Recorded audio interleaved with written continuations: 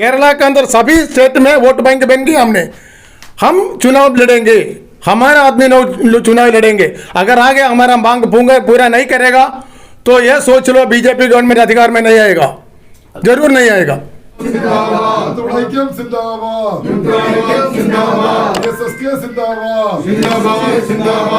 मेरा नाम सुरेश पोतुर जी। मैं फौज में हवलदार है जी। रिटायर्ड अगर 2004 में मैंने रिटायर हुआ। उसी टाइम से जो जवान का मांग के लिए हमने लड़ाई में उतर गए। हमने पहले बताया था ब्रिटिश वालों को भारत छोड़ो आंदोलन, ब्रिटिश वालों ने किया, मगर उसने जब फौज में जो शासन चलाया था वही शासन अभी भी फौज में चल रहे हैं, क्योंकि अधिकारी लोग अधिकारी बनकर आगे बैठ रहे और उतना जितना भी नीच काम कर सकता है उतना भी नीच काम हमारे से किया हुआ है। क्योंकि जो आरोपी 1, 2 अभी 7 CPC तक कितना भी धोखा हमको दिया था वो सब आप लोगों को पता है। उसके बारे में बहुत आदमी ने अभी बहुत चैनल में आया हुआ है, सभी आपका चैनल को भी पता है। पहले आपका चैनल को एक बता देता हूँ।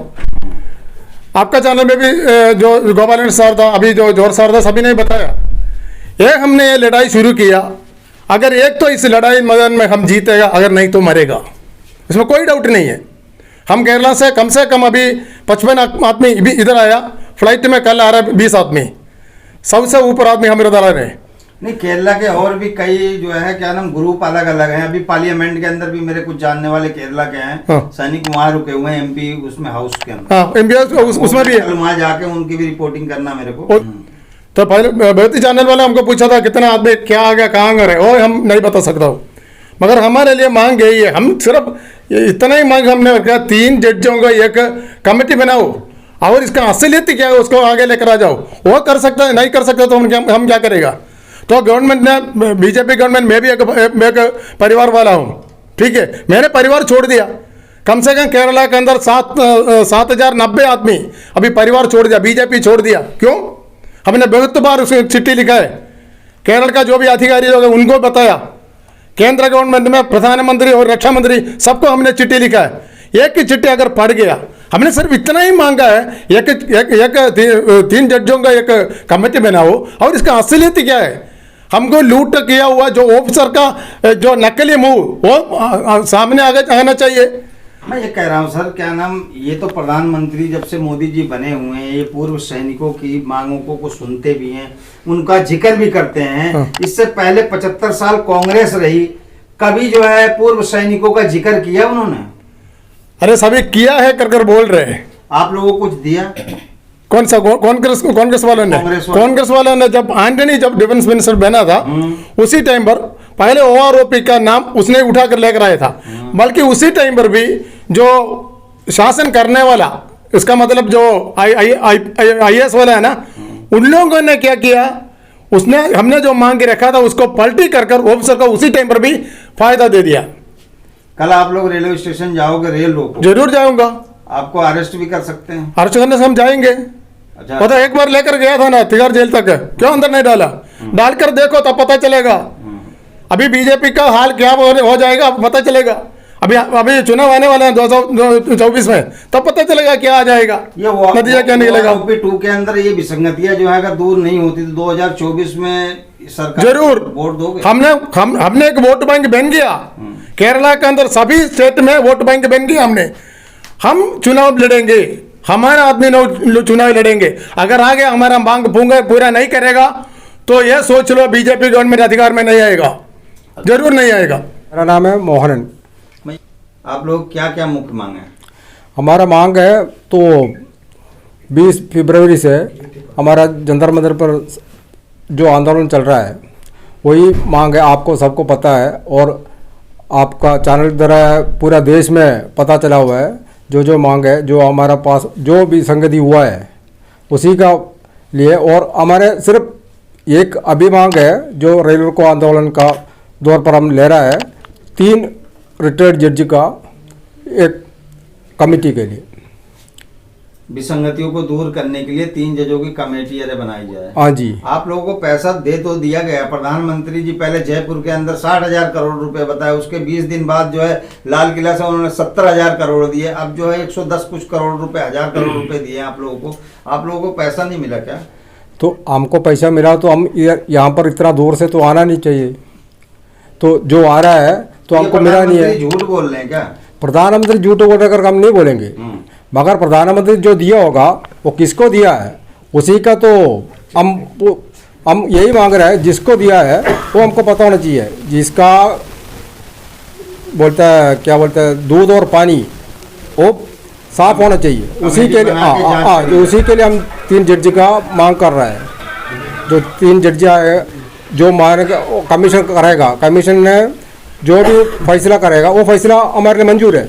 अगर हमको पैसे देना तो ठीक है, अगर पैसे किसको दिया है वो पता होना चाहिए, वो क्लियर हो जाएगा। वही एक मांग है हमारा।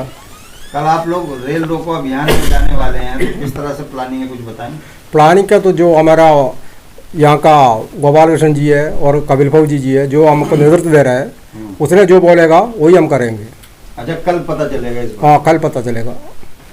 अगर आप लोगों की मांग नहीं मानी जाती, आपने कई ज्ञापन दे दिए हैं पार्लियामेंट को, कई हजारों ज्ञापन जा चुका 20 फरवरी से लेके, आपने अपने एमपी को भी दे दिया, अपने एसडीएम को भी दे दिया, अपने पटवारी को भी दे दिया, आपने जगह जगह रैली करी, आप लोगों की अब तक मांग नहीं सुनी गई। कल रेल रोको अभियान बहुत जोरों से होगा, उसमें आने वाले शायद लग रहा 3 लाख से ऊपर जनता आएगी पूरे देश से। वही तो हमारा जब भी अरे क्या नाम नहीं मांगते तो क्या आगे क्या प्लानिंग होगी? यही आंदोलन तो हम जारी रखेंगे जब तक हम रहेंगे, हमारा आने वाला पीढ़ी है वो भी रहेंगे, वही भी करेंगे। ये विसंगति दी के तो दूर करना है। हम 75 साल से जब आज़ाद हुआ है, आज़ाद का बाद में जब हमारा को इतना साल दबा कर रखा हुआ है, वो दवा को हम छोड़कर बाहर आ रहा हूँ। जो हमारा इसमें सिर्फ OR है, OR से जो जवान है और ऑफिसर नहीं है। ऑफिसर हमारे से सारा कुछ धोखा दिया, ऑफिसर ने दिया है, तो इसीलिए तो हम ये मांग कर रहे हैं। इसी में पता चलेगा हमको 100 करोड़ किसको दिया है और किसने लिया कर हमको पता चलेगा। अगर सर आप लोगों की मांग नहीं मानी गई तो 2024 में वोट का शोट करेंगे? जो गवर्नमेंट को पता होना चाहिए हमारा कितना स्ट्रेंथ है, वो तो कल पता चलेगा उनको, और उनको पता है जो पूर्व सैनिक कितना है देश के अंदर। और जब तो ये हमारा मोदी जी ने राबड़ी में किया था जो आंदोलन, उसमें पता चला है उसको कितना मिला है नहीं मिला है, तो वो हम अभी नहीं बोलेंगे। नहीं, मोदी जी तो कामयाब हो गए आपके संगठन को तोड़ने के अंदर, कई गुट बना दिया है उसमें क्या नाम, ठीक है। बीजेपी अलग काम कर रही है, मोदी जी किए जा रहे हैं, ठीक है। जो असली सैनिक है वो कुचला जा रहा है। रिवाड़ी के अंदर जो वादा उन्होंने किया था, अब तक उनमें से कोई पैसा तो मिला नहीं पूर्व सैनिकों को। जो पैसा मिला है हमको कोर्ट ने दिया है, जो हमारा कोर्ट ने आदेश दिया है उसी में हमको पैसा मिला है। अभी जो OROP 2 में भी पैसा मिला है गवर्नमेंट ने दिया, गवर्नमेंट ने मजबूरी होकर दिया हुआ है वो तो ये हमारा कोर्ट ने दिया बताया था, जब हमको ये मार्च के अंदर देना चाहिए कर 3 हिस्सा में वो दिया हुआ है, नहीं तो गवर्नमेंट मोदी जी ने नहीं दिया वो। नहीं, मोदी जी देखो कहीं ना कहीं तो लगते हैं कि पूर्व सैनिकों से डरे हुए हैं। क्यों? जब भी कोई मंच सजता है और लाखों भीड़ें होती है तो पूर्व सैनिक की बात जरूर करते हैं, करते ही हैं बात, सिर्फ लॉलीपॉप देते हैं। पता नहीं आप लोगों को कुछ मिला कि नहीं मिला, इतनी तो जानकारी मुझे भी नहीं है। आप पूर्व सैनिक बताएं, आप लोगों को आज तक कुछ मिला?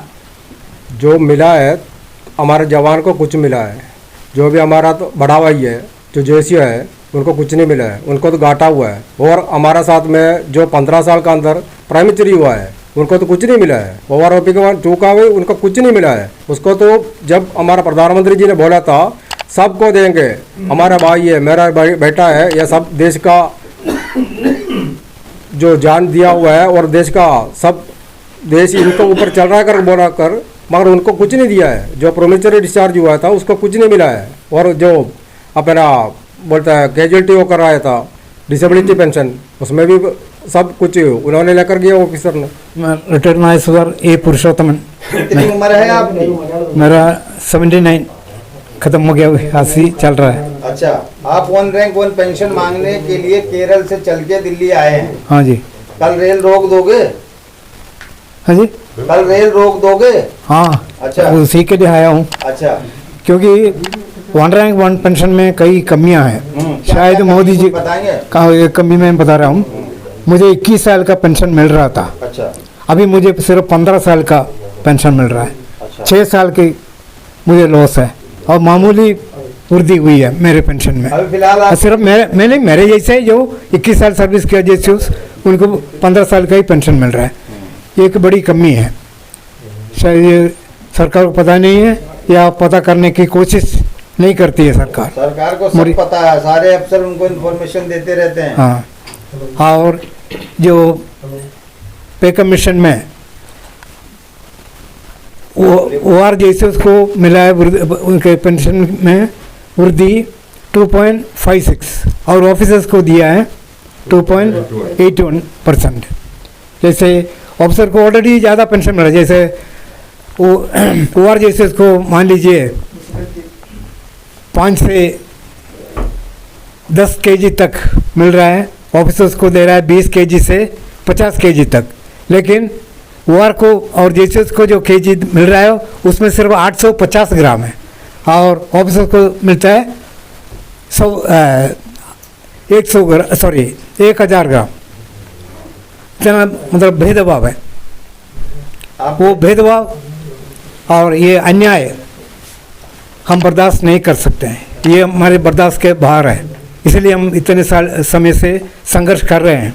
बता रहे हैं, इसलिए जो 7th पे कमीशन हुआ उसमें 2.57 पहले से बताया था जो सरकार ने, तो उसके खिलाफ में जो अफसरों ने हमारे को भी बैठा दिया स्ट्राइक के लिए। आपको सबको मालूम हो गया दरखास्त दोगे तो 1.5 साल लेट कर दिया, विलंब कर दिया। वो 1.5 साल हमको विलंब करने के बाद भी हमको वही 2.57 में रख दिया, जो अफसर ने 2.81 में कर दिया। ये भेदभाव कैसे कर दिया? तो बिल्कुल क्लियरली भेदभाव है, ये अफसर ने भड़काते हैं सरकार को। उसी तरह जो OROP 2 में पहुंच गया अफसर, जो मोदी जी बोल रहे हैं 1000 करोड़ रुपीस उसमें खर्च कर दिया बोलते हैं, लेकिन हमारे हाथ में आया बिल्कुल मामूली से। जो 97% जो ORs है, जो नीचे रैंक वाले उनको कुछ नहीं मिला, जो 3% ऑफिसर है ये पूरे लेकर गया। ये प्रॉब्लम है। और जो ECHS बोलकर जो ex serviceman contribution health scheme है उसमें भी बहुत भेदभाव है।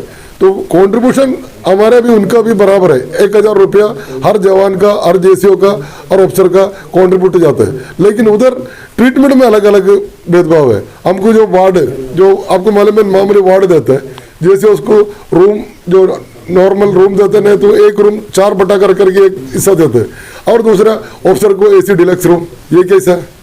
तो सबको एक ही बराबर होना चाहिए, कंट्रीब्यूशन एक ही जैसे देते हैं तो एक ही बराबर होना चाहिए। यह हमारा मुद्दा है। कल हम पूरा एक साथ रेल रोको आंदोलन में हिस्सा लेंगे।